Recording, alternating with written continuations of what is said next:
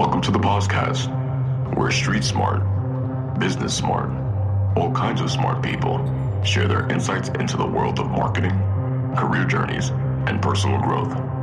So sit back and prepare to get enlightened with your host, Adam Posner.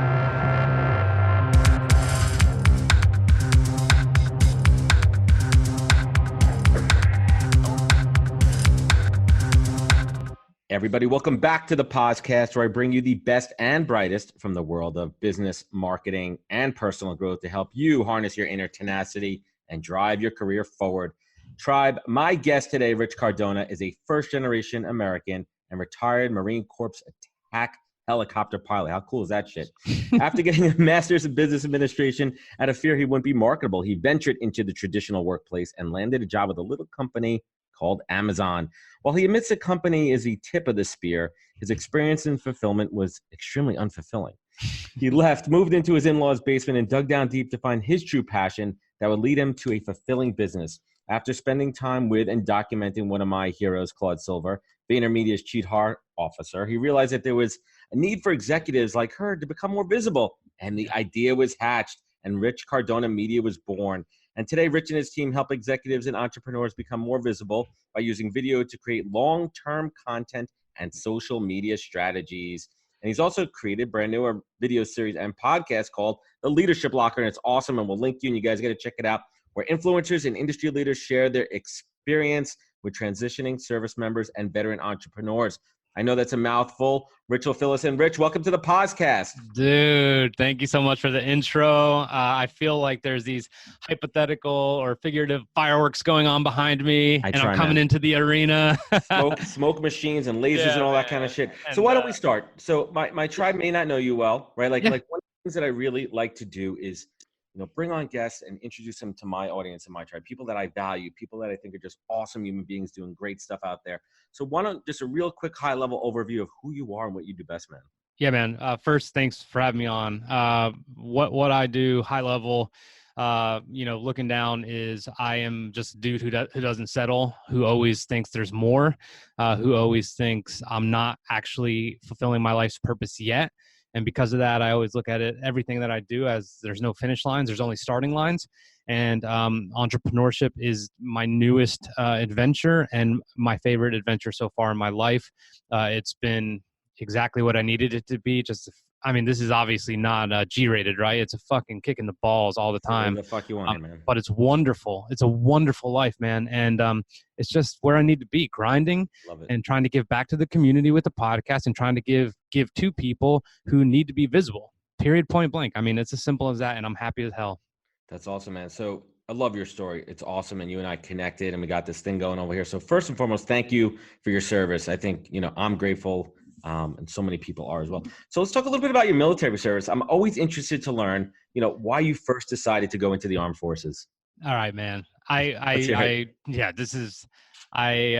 was going nowhere. You and I are both from the Northeast, and I was just like this dude who didn't give a shit about anything. I was smoking weed all the time in high school, drinking. I kind of did sports. I was just all over the place, man. And I always like to say that my social life took precedence over everything else. Right. So even though I knew I kind of had potential and I could do well in school and everything like that, I just didn't care. So I was a junior, and then I was mixed up with this bad dude-ish. Running the wrong crew, man. Yeah. But I ran into his father, and his father was a Marine, and I was like, what? And his uniform looks sharp, blah, blah, blah, blah, blah. So my buddy's like, let's go talk to a recruiter. So we go talk to this recruiter who's the ultimate used car salesman of recruiters. And this dude is hyping it up, basically saying you're going to be on the SWAT team of the United States. I'm like, oh, wow. I'm a junior in high school, man. I'm a junior in high school. So you're going to give me a gun? Yeah. This dude is actually, it's so funny because, I could never identify him now, but he used to let me drive around his government vehicle. He did everything in his power to make sure he had someone who's going to lock in and be, That's a dedicated recruiter, man. I should take some notes from him. 100%. But here's the funny thing. Lo and behold, I find out this dude who I thought was hard as hell, he was a musician in the Marine Corps. He was a flute player. Exactly, Offensive flute dude. player. Yeah, man. Like, I was like, are you kidding me? But anyway, man, to Sorry, answer your cowbell. He was question, a cowbell guy.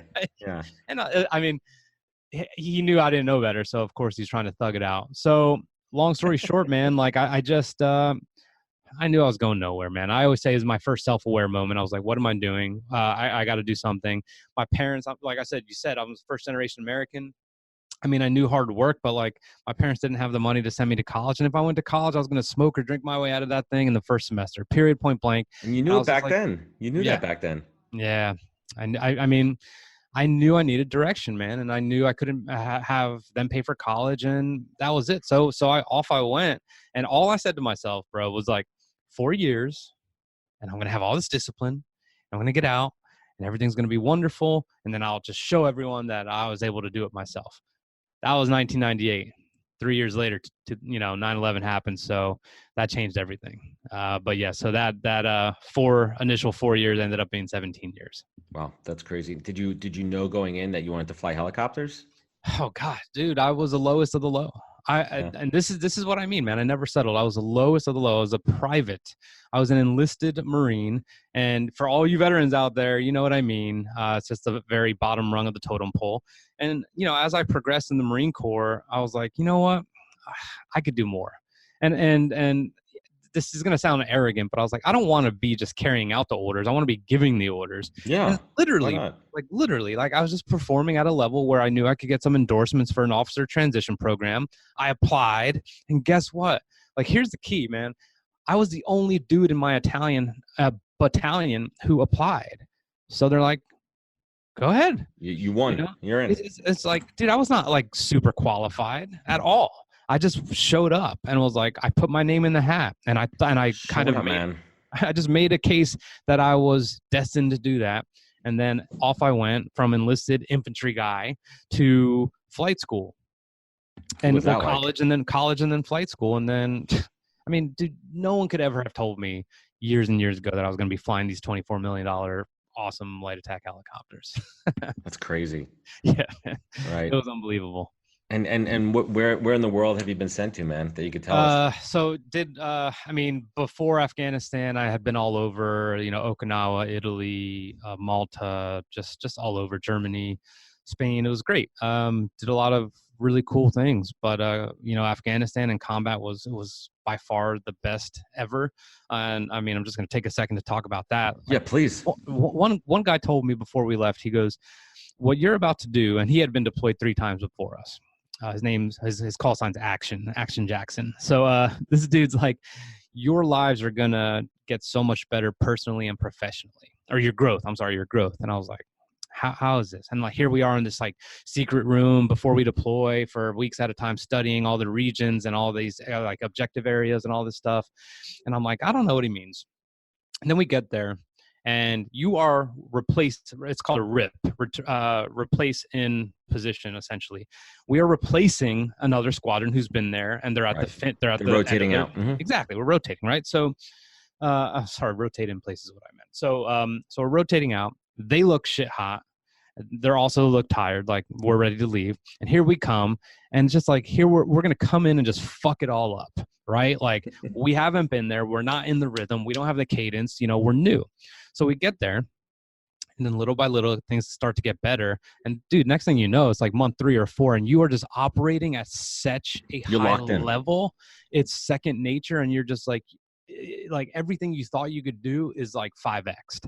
So there's part number 1. And then personally, professionally, man, like, dude, you're reading, you're getting in shape, you're having deeper conversations, you're starting to get to know like the people around you, like they're already brothers to you, but now you're starting to talk about their families, you're starting to learn about their ambitions for the future. And that's why I always say, man, like when you serve, I mean, especially in the Marine Corps, in my opinion, like it's just like, it's not, you can't duplicate that on the outside. I don't know how to explain it, but it changed everything about me. And I mean, it was just incredible. A pivotal point in my career where I operated at a level that I don't even know if I'll ever get to that level again. But that mindset that that you've been there before is really helping you to where you are now. You have that discipline. And let's talk about that in that transition. So you returned from service. When was that? When did your service end? I retired early from the Marine Corps at 2015, August 1st, 2015. Okay. So, and let me just say this, man, I was 17 years. That was exactly half of my adult life I spent, or half my life I spent in the Marine Corps. It's crazy to think about that. Yeah, it's nuts. Right. It was nuts. So let's talk about that. Like right in the beginning, when you transitioned out, what was that like coming back to the real civvy world here? It sucked, man. Like here's one thing I'll say. You feel liberated. You're like, cool, I'm out. Like I'm in charge of my life. I'm taking charge. So I was going to USC. They had a satellite campus in San Diego. I was like, cool. Like I need an MBA. So I'm going to go get an MBA. So I thought I was like, this badass dude. And I'm like, all right, I'm a retired Marine and I'm getting an MBA. I'm in California. Smart. I've done this. Yeah. I just thought everything was going to be okay. But dude, I felt out of place immediately. Was it the lack of regiment? Was it because you were so used to being told what to do, where to be, kind of you had that like always on, locked in kind of mindset? Now you were able to be a little bit more of a free agent, free spirit. Kind of like it's kind of like the adrenaline almost of just being like, cool, it's my life now. But now it's just like, it's like culture shock. Like now you have to kind of adapt and assimilate to this entirely different, group of people. And here I am in class, for example, and I'd always feel out of place. I'm just like, dude, I'm like the dumbest dude in here. Like as an executive MBA. So all these people had like very significant experience in their respective industries. I always felt like the clown, but you know what, bro? Like this is what's the most important thing about that. I didn't belong in school. Why not? I'm not a good student. Like I learned by doing. I was in that class. So why'd you have to be there? Why'd you think you have to be there, man? I was afraid I wasn't going to be marketable, that people on the outside weren't going to give a shit that I had 17 years of service. Scary. Period. It's scary, but it's true, man. As a recruiter, I mean, I don't do it, but there's a bias out there. I think, when I think about people that have served our country, I think about the dedication and the focus that they have from that soft fucking hard skill, man. Like that experience is extremely valuable, regardless of industry or profession. You felt, for what you wanted to do, you needed that MBA. I literally felt like if I didn't have that, then I wasn't worth the shit. And this is not new, man. That mentality is not unique to veterans. That's what happens every day. And that's why I made that podcast, so I could share with them information so people could help them through the transition easier. But so I got the MBA, and that landed me a job at Amazon. And I mean, if you want to get into that, we can get into that. Let's talk about Amazon. So I was down in Austin, Texas. San Marcos, Texas. It was a new facility, a state-of-the-art facility, and I went, and we had to actually go train for a couple of months in South Florida. And the minute I started training, I was like, "Oh shit, what I signed up for? Like, I'm not sure this is for me." What function were you doing at Amazon? What did you get hired Operations. Ops. Yeah. Warehouse, fulfillment center. So front end and back end. You were on the floor and you were at the desk. Everything, man. Well, there's not really desks, but yeah. But why did what was the draw there? What drew you to Amazon? Was it just the name, or was it the first job that kind of hit you in the face? I had got a job offer from them 6 months before I finished my MBA for this program that accelerates you to senior positions quickly. I'm like, okay. So I went through the interview process. I mean, dude, they had an offer like that. It was so quick. So I'm like feeling amazing. Right. And then, dude, the hairs on the back of my neck started standing up because they had that article from the New York Times that came out. And I'm like, all right. So I start reading Glassdoor, which, isn't necessarily the greatest place for my thoughts on Glassdoor. Yeah. I mean, like, whatever. But like, I read enough. Number one. Yeah. I read enough to where I'm like, And I was like, you know what? And I ended up saying no. So I don't actually know if I've ever said this on a podcast before, man, but like March came around, my wife and I find out we're having a baby. I freaking call Amazon quick, fast, and in a hurry. I'm like, what if I revisited that offer that I declined? They're like, here's our open positions. I'm like, bet.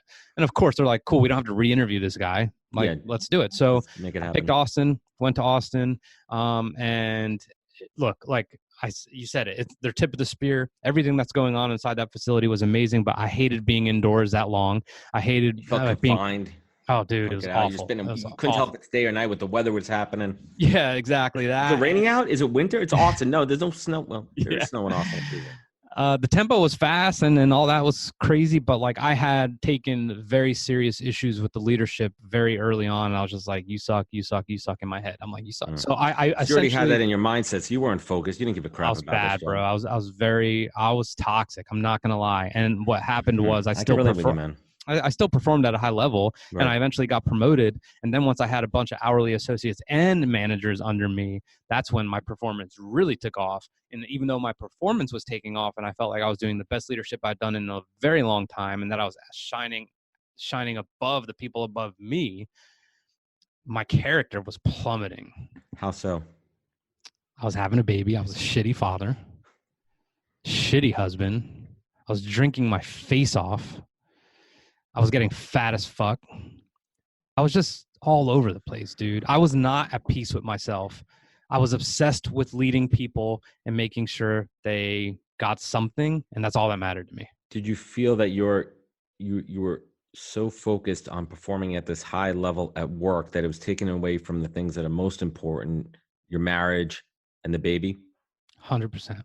And what'd you do about that, man? I mean, was there a breaking point when you said, fuck this, I need to shift my focus back to my family and my kid? Yeah. Well, look, man, I've been there. anyone who ever, if anyone ever listens to this and they're from Amazon, they'll know this is consistent with the truth. And I make no qualms about it. I was doing some shithead stuff behind the scenes. I was leaving early. I was cutting corners because I managed my people so good, man. Like I didn't even need to be there. I was taking all kinds of risks. And let me tell you, and I don't know if I said this on a podcast ever before, it's almost like I was setting myself up to be in a position to get fired because I didn't care that deeply about the money. I didn't care about the status. I didn't care about the company. I was just like, this is stupid. So eventually it got to a breaking point. And then out of nowhere, my former commanding officer, the guy I respect most in the world, is now a general manager with Amazon. He's going to Portland. He's like, Rich, I'm opening a facility up there. Can you come? I got myself in trouble with that because I basically recruited half my freaking building. And I was like, let's go to Portland. Clean house over there. You know, and I'm like, let's go to Portland. Everyone's like, let's go. Anyway, shit started getting out of control. And like I said, like I was just, I don't know. I got into some stuff with HR. And then I was talking to my wife. She's like, that's it. She's like, that's it. I'm like, what? She's like, you're done. I'm like, dude, I was never been so relieved in my life. I finally felt like I had permission and everything I hadn't been telling her, even though she saw that I hated it, everything so much and that I wasn't myself. She gave me permission to be like, that's it. So what did we do? We left our 5-bedroom house in Austin because I was overindulgent because I wanted to be this cool ass providing husband and father, even though I wasn't present. Yep. And we moved in, like you said, into my in-laws' basement. And then I was like, all right, it's time to figure this shit out. Dude, like, let's get back to basics. Get back to the roots of the family, man. 100%. I've been in your shoes before, yeah. And it's one of those things where you gotta block out all the vanity and all the bullshit and all the things and get back to focusing on what is most important. It's your wife and your kid and putting that first, man. I just want to tell your listeners, like, there's a very tangible and agonizing feeling inside when you're just unsettled, you know? And like, this is such a coincidence. Jeff Bezos says stress comes from not solving problems that you know need to be solved. And it's the absolute truth, man. Like, how long are you going to go? How long are you going to continue on this path of doing something that you don't want? How long are you going to continue being around people you don't need to be around? How long are you going to continue to let the money, you know, and the lifestyle, and you know, you and I know this, like the money and the lifestyle dictate how you're going to just do everything else. Like, there is a breaking point. And for you, you said, I think at the beginning or offline, that you're 40. How old are you? 40? Yep. I'm 39. Like, there's a meme I just saw yesterday that said, you know, once you get into the 50s, the check engine light comes on a lot. I got a couple of those recently. Yeah. So it's like, dude, that thing was flashing bright for me. And I just didn't have, dude, I was a coward, man. I was a coward. You didn't want to face reality. You were hiding behind something. was awful. And I just vow I'm just not going to put myself in that position again. And it's just like, now I'm living my best life, man. Like once you make a decision like that, game over. Right. But that's the next phase of self-awareness, right? You had the first one when you were younger at 18, when you went into the service. And then you had another one, when you transitioned out of Amazon. So you left Amazon. Yep. Let's take us there. So you leave Amazon now. What, did you have something else lined up, or you knew that there had to be something else? Nope. No business. You lowered your overhead. You're living in your in-laws' basement. So you don't have to worry about that stress of a house. And it kind of frees you up to say, okay, what are my strengths? What is my passion? What do I want to be doing? Yep. What happens at that point, man? I had no plan except to let my wife kind of carry the load for a little while, and I was just like, all right, let me figure this out. So all I know is she works full time. What does she do for a living? She's the director of partnerships at an organization, and she's now on my team, which is the best. But I wish I have a million cameras around here, but I had this one camera that when I retired, she was getting out of the Army. She was in the Army. Oh, interesting. And we took about 2 months and we just traveled Europe when we got out. Because we're like, we'll never get this opportunity again as adults. So you met her. She was in the Army, you said, right? Yep. Yeah. So where'd you guys meet? You guys met when you're both in service? Yeah, but we didn't really know, and it wasn't like we worked together or anything like that. I mean, just a coincidence. Yeah, it was wonderful. Like she was hanging out with her Army friends, and I was hanging out with my Marine buddies, and we met one night. And I mean, we'll save that story for part 2. Yeah, dude. But so when we had gone to Europe, I said, I think I took like 6,000 pictures, man. Like, and I just like, we went so many different countries, and I was like, all right. So I went back to that, and that place of just happiness and traveling and doing these hikes and these beautiful cities and the pictures. So I'm like, all right, photography, bro.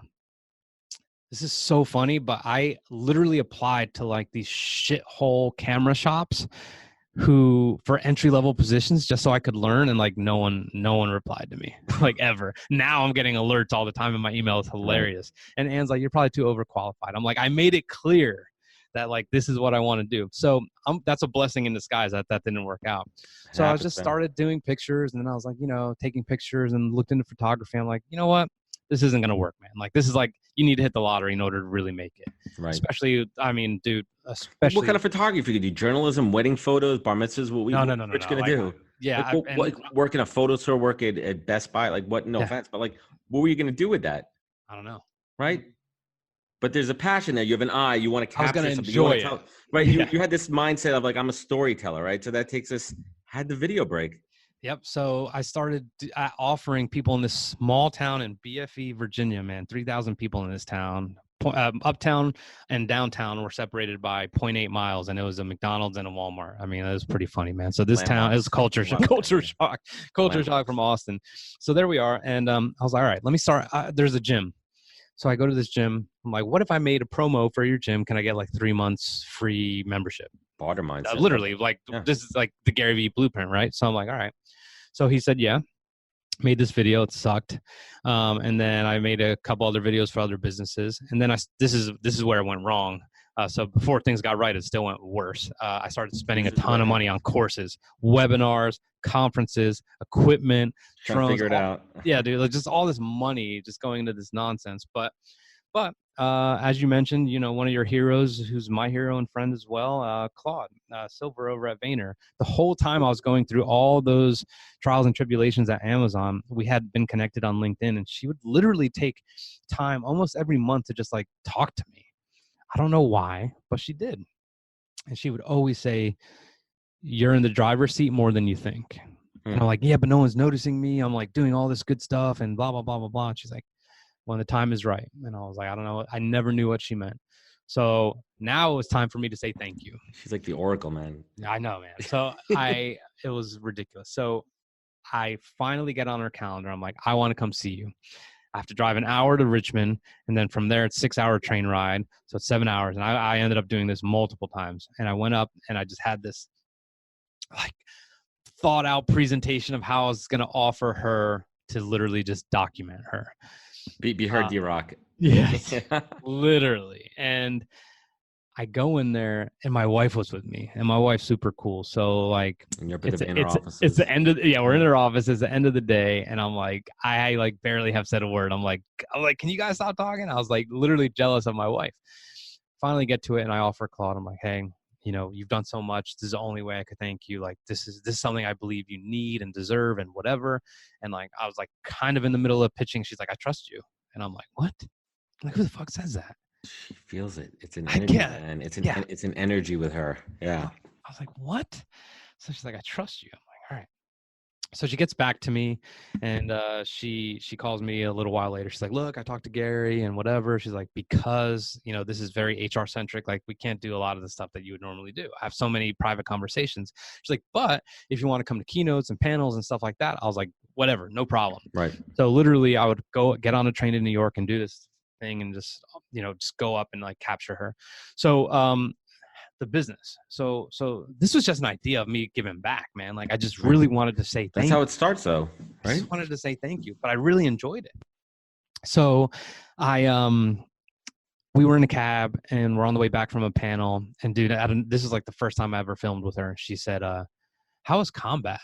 And I'm like, what the fuck? Like, who the hell? No, like no one's ever. It's like the question that you don't really, like, unless you're in service, you don't want to ask somebody not in service. You don't want to know those stories. Like, those things are deep, man. Yeah. And she asked you. And she asked me, and like, this is after we were just in the cab, like we were each looking out our respective side of the window. We're just kind of chilling, and it's like raining. And she asked, and then I was just like, I said everything. I was just like, I don't know how, man. I don't know why, but she's a civilian. We have no business knowing each other on that level. And I was like, here it is.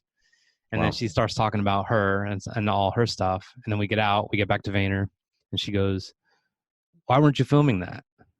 And I was like, and at the same time, it was like, boom, light bulb. Like, I'm like, this is what I need to do. Yeah. You need to capture those emotional moments.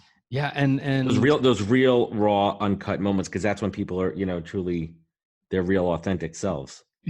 Right. Last time I saw her, I told her, I was like, that was the first time we had a real conversation. She goes, really? She goes, all of them were real to me. Like, for me, she was essentially saying like, oh, we were connected on a deeper level from the beginning. And I was like, oh, that was the deep level for me. But anyway, so that gave me the idea. And then I transitioned into business, man, into the entrepreneurial world. And I started like volunteering to interview people. I started just trying to like get as many names as I can, doing all kinds of bullshit gigs, and had no idea what I was doing. I was learning on the cuff, and here I am. And I just realized that as more and more time goes on, I'm like, I just want to help people be visible. That's it, period. Like, we all have value to bring. And the only way to be truly visible is to get your ass on camera, and you're uncomfortable doing that. Of course. Guess what? I can make you comfortable as hell, because that's just how I am, man. Like, I don't know. That's the value you bring to people, right? Like the actual technical skill set of shooting a video isn't that crazy once you practice it and get to know the equipment, but it's really about evoking the story and the emotion, making people feel comfortable in front of the camera or on the microphone like we're doing right now, 100%. And getting them to open up and tell their true story. That's your point of difference, Rich. Yeah. Right? That's what makes you different than anybody else. So let's talk about where the business, Rich Cardona Media, is right now. Give us a little kind of end of 2019 State of the Union. Yeah. Tell us real quick, Rich, if I'm interviewing you for, you know, which I am, I guess. Yeah. Like, real quick, business highlights of 2019 and what's on deck for 2020. I'm halfway to my business goal as far as my client roster. I have a certain number of retained clients that I have who have 6 month or 12-month contracts, halfway there. And you know what, man? Like, I need to share this story. It's so important. I had an epiphany. Like, you're so lucky, man. Like, I just had an epiphany a couple days ago when I was at Vid Summit in 2019, Vid Summit. And last year at Vid Summit is when I was able to ask Gary a question. Dude, we had an exchange for like 10 minutes. Everyone's like, I can't believe that happened. Everyone's like high-fiving me after. That's how I got to meet him. Well, anyway, so it's a year later. I've, in my opinion, have been crushing it. I'm making more than I was at Amazon. I got a team. Right, man. Things are going crazy. And we're here at the next Vid Summit. And I go, Casey Neistat's there, Shalene Johnson, who I know. I've interviewed Sean Cannell, a bunch of all these people. And I was freaking Debbie Downer at this thing. Why? And I brought my wife with me. And I didn't know what it was until this moment. Peter McKinnon finishes his keynote. I saw him at the bar later. He's with his friends. I literally, it was like deja vu from the year before. I went up to him and talked to him for a little while, but this time I had my videographer Crispy with me. So I go up to Peter McKinnon. I was like, hey man, awesome keynote, blah, blah, blah, blah, blah. I was like, this is my videographer. I was like, I'm recording, I just didn't think it was a big deal. We start talking, and then I essentially invite him to be on the podcast. And he goes, can you turn the camera off? And then he basically politely tells me, like, I'm booked out. I'm not fucking remotely interested in your shit, like not like that, in a super nice way. Yeah. So we get back to the room, and I told my wife, I'm like, what the fuck was I thinking? Like, I should have asked permission, number one. Like, I don't know what I was thinking. Like, it was almost like I kind of overstepped my boundaries. Maybe, but at the same time, that's actually all that fearless kind of inquiries is what led me to a lot of, You got to break that down. So my wife goes, rather beg for, ask for permission than beg. Yeah. So my wife for forgiveness goes, and ask for permission. Yeah. So I'm like bent out of shape, and my wife goes, how do you know veterans would want to hear from him anyway? And I'm like, shit. And I realized right there, Adam, that I've been wanting proximity to influence, proximity to power. You know how much better it would be if I just put a post out on LinkedIn? Like, I want the most articulate and most fun finance person who could teach it like they're talking to a fifth grader to be on my show. Who do you got? Network. Who do you know? Instead of being like Dan Locke, Dave Ramsey, or I don't know, Grant Cardona, like going straight after that. Go ahead. Keep going with this. So I'm like, okay, that would benefit my audience better. And that puts me in a position, number 2, where I am not seeking out the people and they're seeking me out instead. That's epiphany number 1. Epiphany number 2 is, why the hell am I going to conferences and events? I know everything I need to know. You know what that conference did for me? It made me realize I know way more than I fucking thought I knew. Yep. You did get something out of it. That was your ROI, man. That's a huge ROI. It's huge. So like literally this week I'm starting, I'm working 2 or 3 hours a day. Like I'm delegating. I'm like all this stuff. So learning is a form of procrastination, man. And it's like, I have, Billy Jean marketing. Billy Jean is marketing. Do you know that guy? I'm familiar. Okay. So he's amazing. I saw him at a conference, of course, but I signed up for one of his programs. Then Sean Cannell, I signed up for one of his things. This is over the course of a year.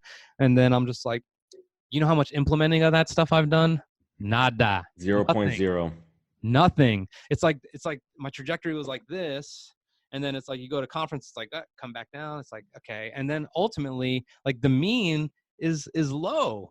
And it's like, if I'm hyper focused, like get out of my way, man.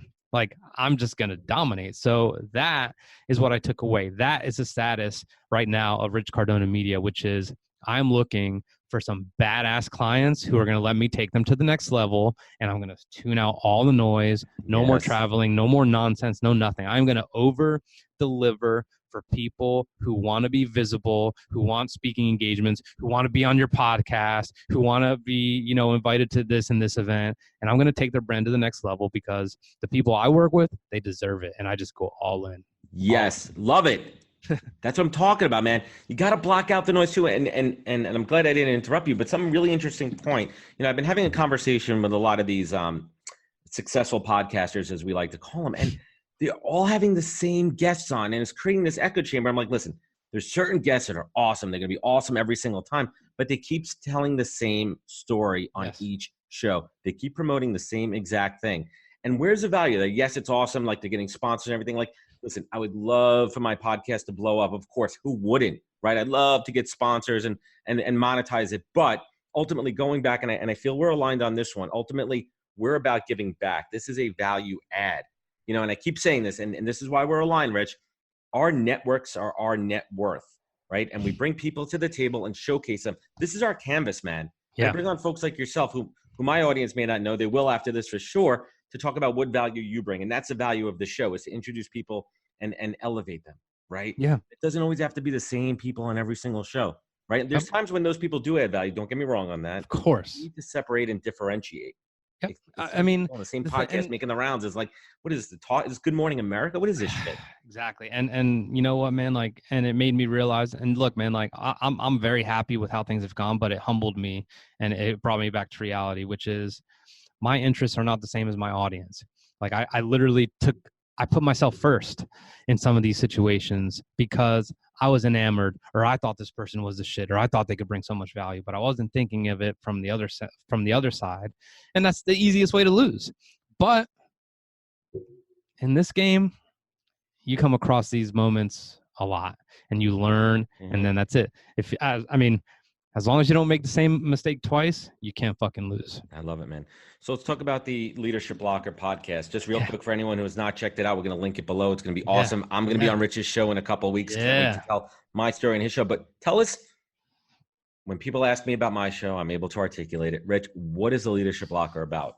The Leadership Locker is where I interview industry experts to share their expertise with transitioning service members and veteran entrepreneurs like me, because I was both. Because it's a very visceral freaking transition. It's scary, it's ugly, and just like we were kind of talking about the podcast circuit and same people being on everyone's podcast, you don't want the echo chamber of veteran to veteran, guidance. Like, let me ask just people, like regular people who are doing things, who you may respect the service and you may say thank you for your support, but you don't know anything about being in it, which to me makes your take valuable, very valuable. Yeah, I'm looking forward to talking about that too. I mean, I pivoted. I mean, I transitioned from one industry to another. I mean, it's like, about what's the mindset behind the transition? How do you get yourself prepared to make a shift, whether it be a life shift, a work shift? New kids are on the way, and we could talk. I want to dig into that too when I come 100%. On your show too. I mean, I had a breakdown with my second kid, right? There was a 7-year difference, and I lost my shit because I was so used.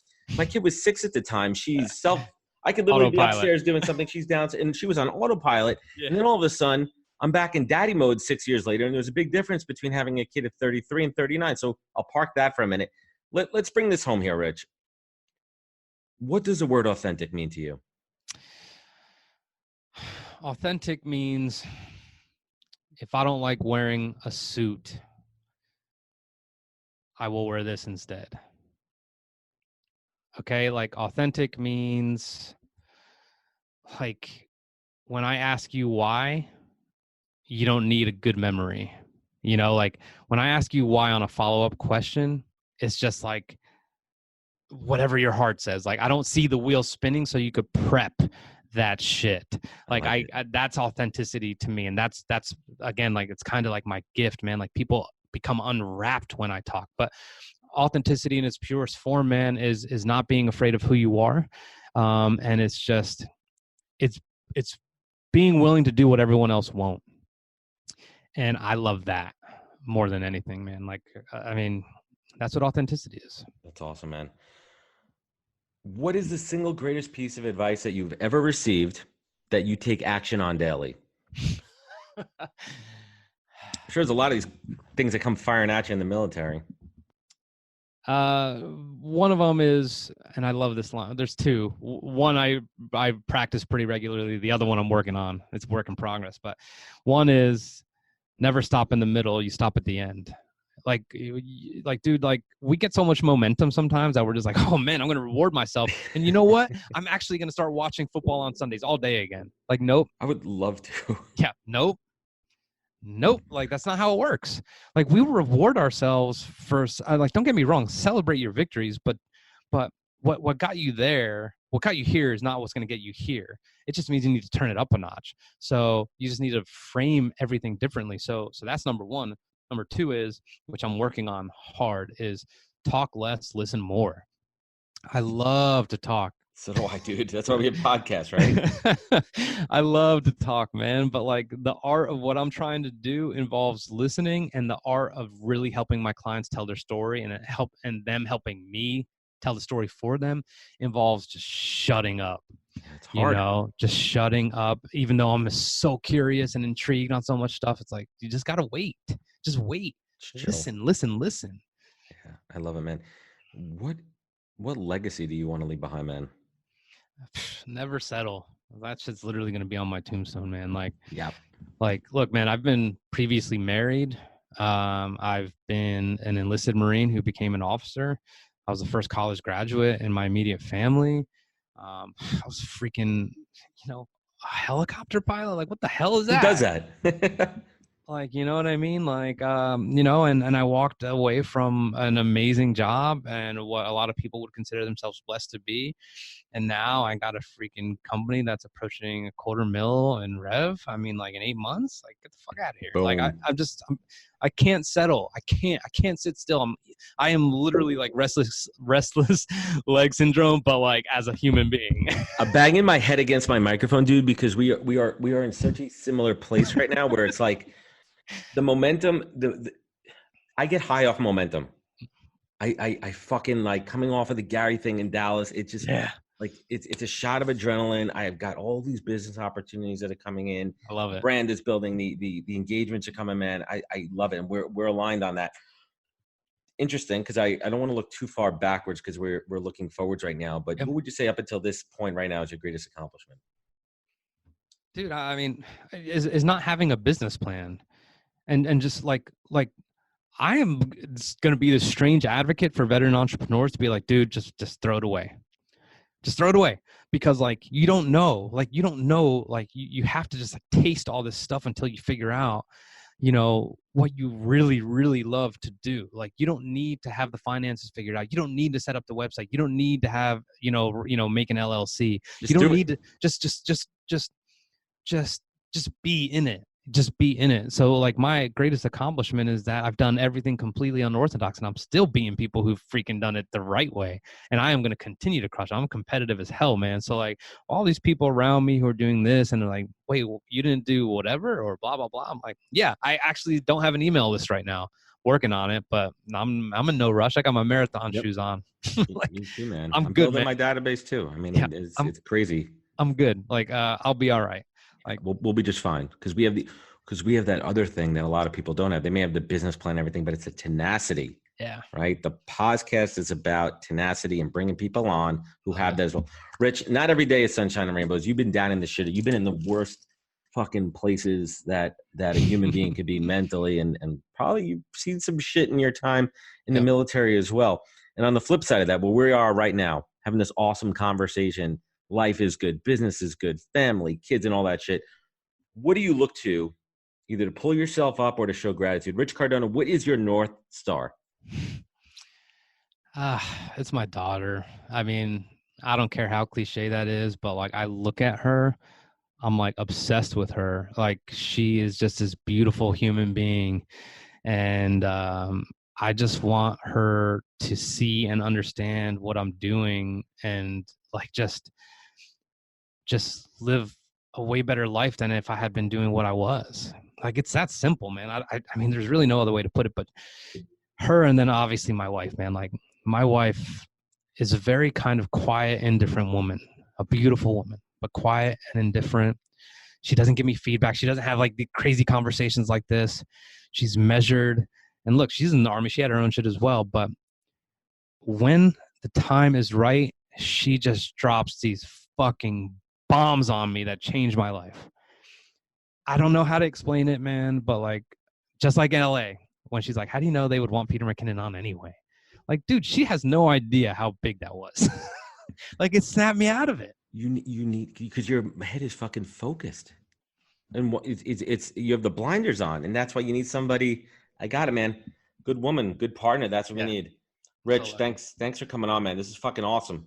Thank you, man. I really can't thank you enough, and I'm looking forward to hearing. I cannot wait to flip this around. I can't. I can't wait to put explicit on my stuff. Yeah, it's fine, man. And I think I got to look at the calendar. I don't know if it's before or after I'm interviewing Claude, because I want to talk to Claude. I think it's right before, but but like I said, I'd like to try and not do a remote, but we'll see. But we'll figure it out. Yeah. Rich, thanks for coming on. So closing thoughts here. First and foremost, I have a ton of respect for Rich and his service to this country and what he's building and his dedication to self-improvement for himself and his family. He's an astute marketer who understands how to communicate and be a true storyteller in today's limited attention span world. And he's learning how to listen a lot better too. He puts the value of relationships on a pedestal where they belong. Your network is your net worth, and you need to invest into it, foster it, and grow it all the time. And Rich is a shining example of what dedication and focus looks like, and I applaud him for his commitment to helping other vets as well. And I hope that Rich's story inspired you. And please be sure to check out Leadership Locker and all of his great content. Rich, thanks for coming on the show. I look forward to continuing to build our relationship, synergies. We're gonna do some awesome collabs and make shit happen. Where can people find you? richcardonamedia.com. Please check me out there. I'm really, really big, just like you are on LinkedIn. I love that platform. I really think any serious business people are going to understand that while you could do it on some of the other social networks, the people with the money that you want to, and you know, understand your business, support your business are on LinkedIn. So you better freaking get on it. Absolutely. Amen. And to everyone listening, thank you for joining us. Thank you for listening, subscribing. We're going to have all of Rich's links below when this show drops. And remember, take your online, offline. Thank you for joining us on the podcast. We will catch you next week for another great episode. Take care. Wisdom is forever, but for us, it's time to go. Thank you for joining us. Luckily, we'll be back with our next episode jam-packed with more incredible humans. For more info, please visit www.nhptalentgroup.com.